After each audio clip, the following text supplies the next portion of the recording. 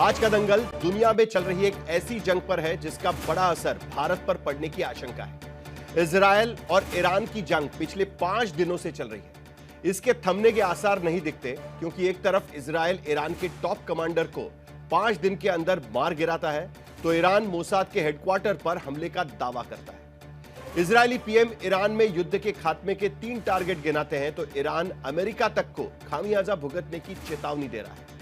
उधर युद्ध के सूत्रधार अमेरिकी राष्ट्रपति ट्रंप को सिर्फ डील की फिक्र है। उनकी एकमात्र शर्त है कि न्यूक्लियर डील पर ईरान राजी हो, वरना तबाह होता रहेगा। मतलब यह कि फिलहाल जंग थमती नहीं दिख रही। ऐसे में भारत के नजरिए से इस जंग का क्या असर हो सकता है, क्या मतलब निकल सकता है, इसे लेकर भारत में फिक्र बढ़ती जा रही है। विदेश मंत्रालय से लेकर वाणिज्य मंत्रालय तक की नजर युद्ध के हालात पर बनी हुई है।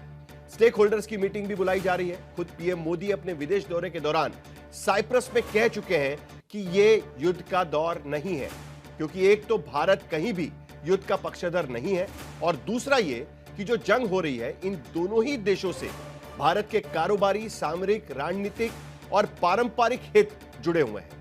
तीसरा यह कि जंग अगर लंबी चली तो उसका असर दुनिया में तेज गति से बढ़ती भारत की इकोनॉमी पर भी पड़ेगा। इस लिहाज से भारत फौरन इस जंग में युद्ध विराम चाहेगा। लेकिन हालात क्या कहते हैं? भारत को जंग तेज होने की सूरत में क्या एहतियातन कदम उठाने पड़ सकते हैं? और ईरान इजरायल की जंग का भारत में कहां तक असर पहुंचेगा? इन्हीं तमाम सवालों पर विशेषज्ञ मेहमानों के साथ हम चर्चा करेंगे।